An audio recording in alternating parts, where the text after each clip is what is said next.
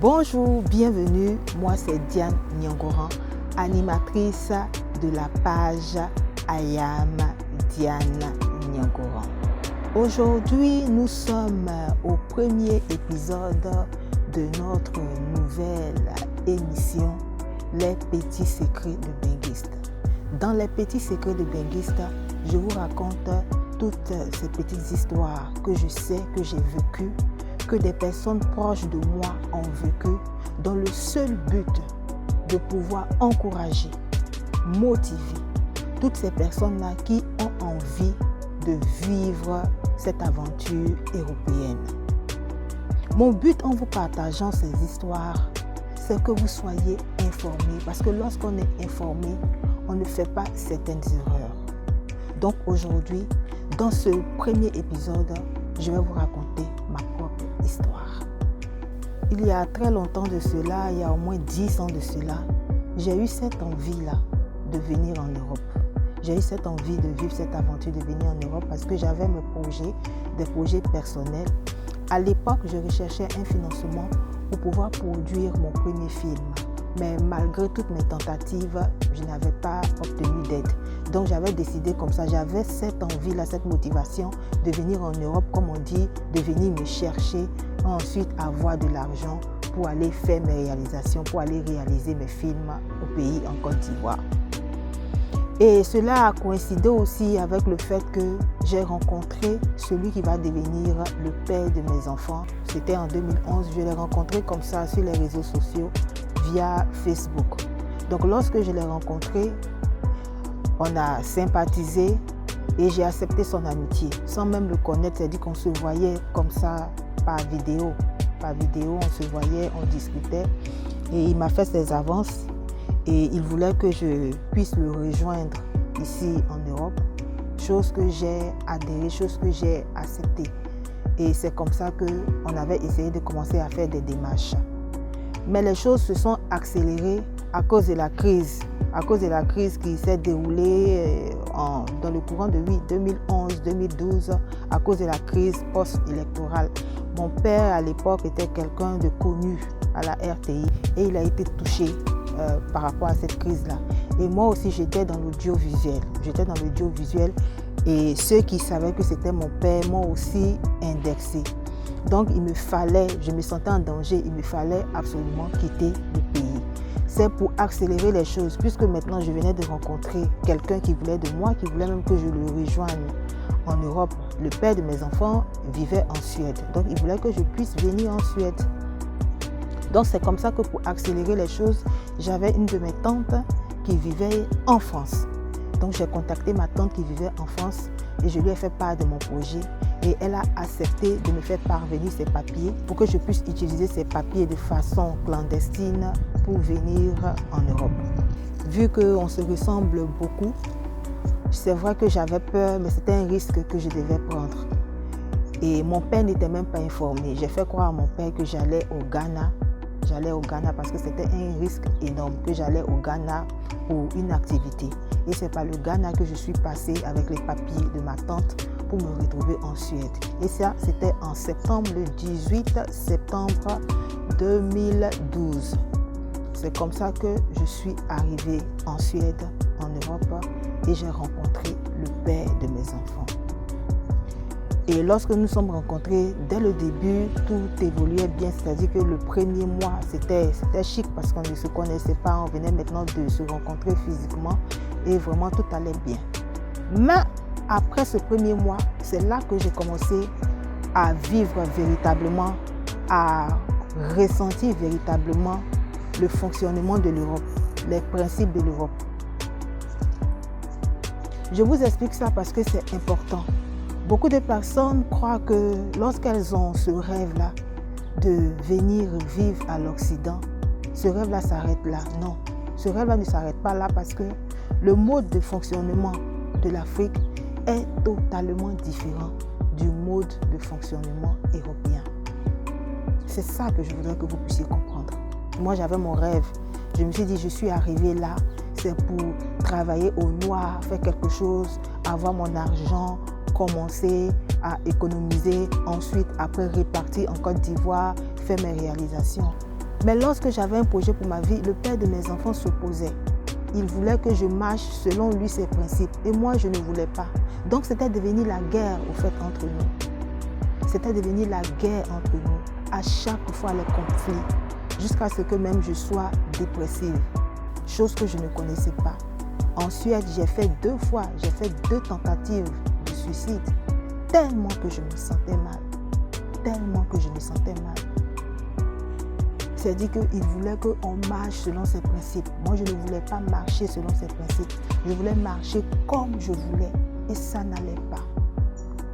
Je vous raconte cette histoire parce que aussi, beaucoup pensent que lorsqu'ils quittent l'Afrique, qu'ils viennent en Europe, parce que les mentalités sont différentes, les personnes que vous allez rencontrer en Europe ici ne vont pas souvent accepter, ne vont pas comprendre votre façon de fonctionner. En Europe, tout va vite. Je me rappelle à l'époque, lorsqu'on avait des rendez-vous, à chaque fois, il était derrière mon dos. Marche vite, dépêche-toi, parce qu'il y a des bus et les bus circulent à une certaine heure. C'est pas comme en Côte d'Ivoire, tu te lèves là, tu sais que tu dois aller. Il n'y a pas d'heure, tu sais que tu dois aller au travail, tu te lèves, tu sais que les wouah sont là, les bacs sont là, les taxis sont là. En Europe, non. C'est en fonction de l'heure que le bus vient, c'est en fonction de l'heure que le tram vient, c'est en fonction de l'heure que le train vient. Donc si tu ne te dépêches pas, tu ne pourras jamais arriver à ton rendez-vous à temps. Donc c'était encore quelque chose que je ne maîtrisais pas, quelque chose que je devais connaître, quelque chose que je devais savoir. Mais c'était difficile pour moi de comprendre ça parce que j'étais nouvelle. C'est ça que je voudrais que vous puissiez comprendre. Ces conflits entre lui et moi avaient tellement évolué que après, par mésentente, parce qu'il y avait certaines choses, on vivait, on n'avait pas d'appartement réel, on vivait au social, on vivait dans des hôtels. Moi, depuis que j'étais en Afrique, je ne connaissais pas ça. Mais c'est lorsque je suis arrivée ici en Europe que j'ai connu ce système-là de vivre d'hôtel en hôtel quand tu n'as pas de maison. En Europe, quand tu n'as pas de maison, c'est difficile. Beaucoup pensent que oui, ils viennent se chercher, oui, ils vont dormir n'importe où, mais c'est difficile. Au départ, tu acceptes, mais après, ça devient compliqué, surtout quand tu as des enfants. C'est difficile en Europe, trop difficile. Même si tu dois... Moi, j'ai vécu chez beaucoup de personnes parce que je n'avais pas de logement. J'ai vécu chez beaucoup de personnes. J'ai commencé à apprendre ce qu'était que le mépris. J'ai commencé à apprendre ce qu'on appelle, on te parle mal parce que tu dors chez quelqu'un. Quand j'étais en Afrique, je n'avais jamais connu ça. Mais ici, j'ai connu cela. En Suède, avec ma méconnaissance au fait du fonctionnement, du mode de fonctionnement, j'ai eu des crédits. Aujourd'hui, en Suède, je suis interdit bancaire. Je ne vais pas accuser quelqu'un.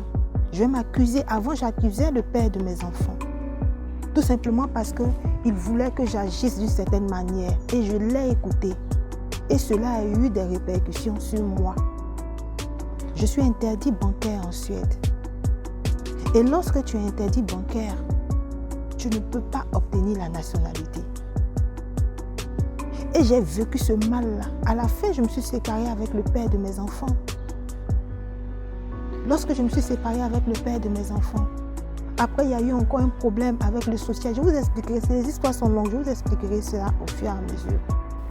Après, il y a eu un problème avec le social qui voulait retirer mes enfants. Me sentant en danger, c'est pour ça que j'ai quitté la Suède. Je me suis cachée, j'ai quitté la Suède en mai, le 28 mai 2017, pour me retrouver ici, en France. Aujourd'hui, je suis arrivée en France. Je suis là maintenant, ça fait 3 ans. Mais je suis en situation irrégulière. En Suède, j'avais les papiers. Mais la menace de perdre mes enfants m'a fait fuir. Et me voilà ici, en France, sans papier. Je vous raconte ça pour que vous puissiez aussi comprendre que le problème, ce n'est pas de trouver les voies et moyens pour arriver en Europe. Ce n'est pas ça le plus difficile. Le plus difficile, c'est de savoir dans la main de qui tu vas tomber lorsque tu vas arriver en Europe.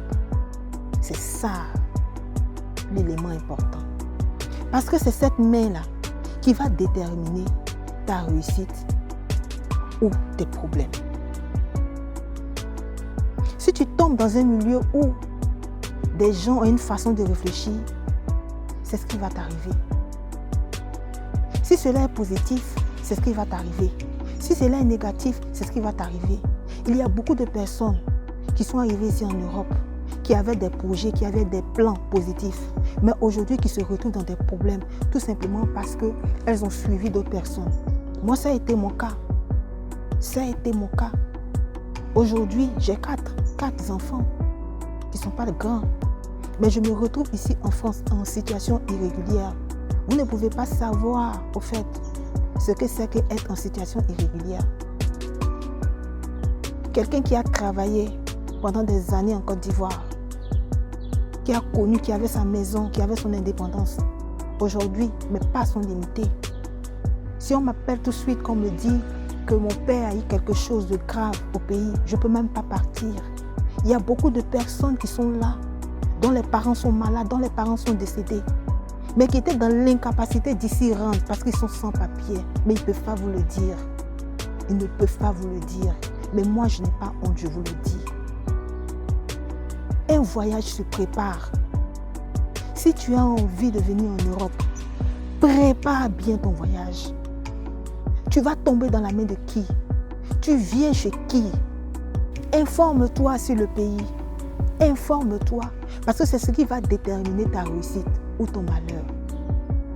Je vous raconte aussi cette histoire-là pour que vous me voyez en pitié. Non.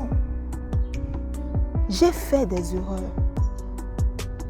Et je les assume. Je suis à la recherche du bonheur. Tout le monde est à la recherche du bonheur. Lorsque tu reconnais que tu as fait quelque chose qui n'a pas marché, ce n'est pas grave. Assieds-toi et puis vois, réfléchis. Qu'est-ce que j'ai fait qui n'a pas marché? Pourquoi ça n'a pas marché? Prends des conseils et puis cherche maintenant à évoluer. Aujourd'hui, je suis en France.